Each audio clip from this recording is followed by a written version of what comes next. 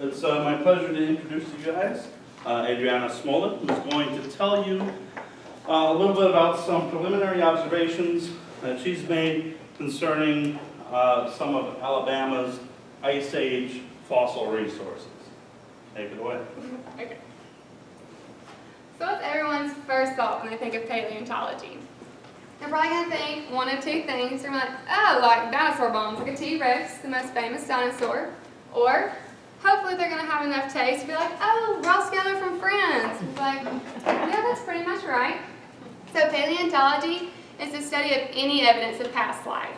And there's one major problem, or obstacle, in this field of study, and that's sample size.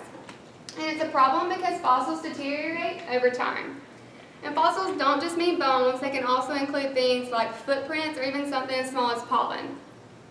So it's very rare to find a site that has a large quantities of fossils to work with. However, there are sites out there that do. And one of these is Bell Cave, Alabama. And this is where I got my fossils from. So Bell Cave is located in Colbert County, Alabama.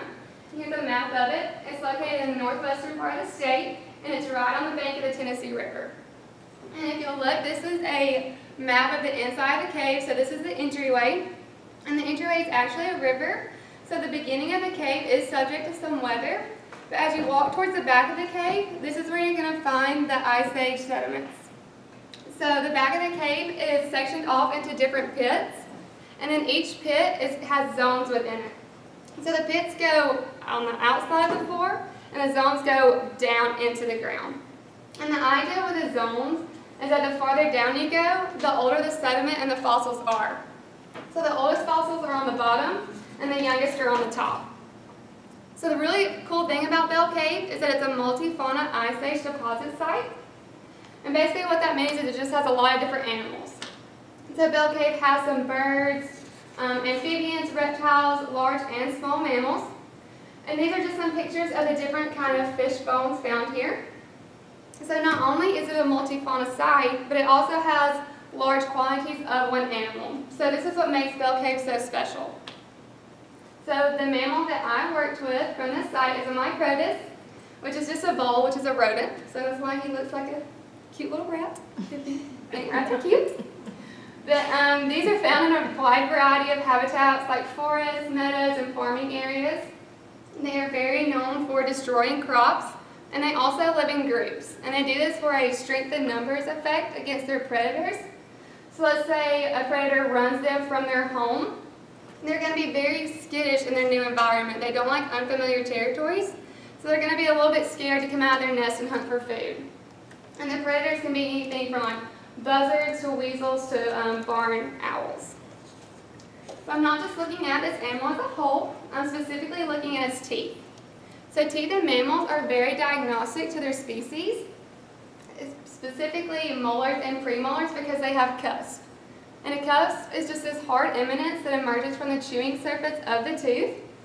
And the number and morphology of cusp is diagnostic to the tooth's job in the chewing process and also the diet of the mammal. So, let's go back one. Oh, here we go. So let's just talk about human teeth for a second. Humans have incisors, canines, premolars, and molars. So your incisors and your canines are at the front of your mouth, and this is what helps you tear your food. So when you bite into that cheeseburger, this is what helps you rip that bite apart. And then as you push your food back to the back of your mouth, your premolars and your molars are what grind up your food. So your premolars have 2 cusps, so 1, 2. And then your molars have 5 cusps, so 1, 2, 3, 4, and 5. But if you look at the Microtus, you can see its incisors are at the top. It's going to have this large gap, and then it's going to have its premolars and its molars. So it doesn't have canines. And this is because it's a herbivore. So it doesn't eat meat, it eats things like grasses, tree bark, and seeds. So it doesn't need the canines because those are what bite down and rip into the meat. So how did I actually get these rodent teeth? Some very nice person before me went to Bell Cave and basically dug up the ground and put it into buckets, and then they screen washed it. And this is what screen washing is. It basically just works like a metal sieve in a kitchen. So you pour your sample on top of this metal mesh, and the dirt and dust is going to fall through, but the larger samples are going to stay on top of that. And then another very nice person went through and only collected the Microtus teeth out of that. And then I actually started to contribute some. So I actually took pictures of these teeth. But keep in mind, they're very small. So I had to use a microscope and clay to help set the tooth upright. So all of these pictures are taken using the same view. Their chewing surface is facing up. So here's some pictures that I actually took. And I'm looking for differences between the zones. So this is zone 3 and zone 4. And I'm looking at overall size, color, number of cusps, the shape of the cusp, and tooth position. So the biggest thing that stands out here is the anterior cusp. And the anterior cusp of zone 3 is labiolingually larger than that of zone 4. So basically what that just means is the top of this tooth is wider than that. However, the overall size and the color of the teeth aren't diagnostic characteristics. And that's because, just think, when you were small, you grew. So you're not the same size as you used to be. And also the color of the tooth is due to the sediment that it was preserved in. So this is where 2D morphometrics is going to come in.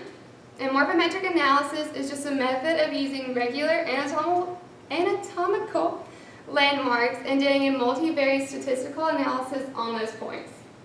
So let's just break that down into some English. So you can tell this tooth on the right is larger than that one on the left. And the idea with morphometrics is to go in and choose the same points on every tooth. So you can see these two number 9s are about in the same place, the two number 7s, the two number 5s. So you're going to do this for every tooth. And then the morphometric software is going to go in and generate a graph. So you can look at these graphs on the right, and you can see 3 distinct colors. And the question to ask yourself when you're looking at these graphs is, are the different colored bars different enough to be labeled as different species? So you can see these speckled bars are completely different from the dark colored bars. But the gray bars and the dark bars overlap. So are they different species or are they the same?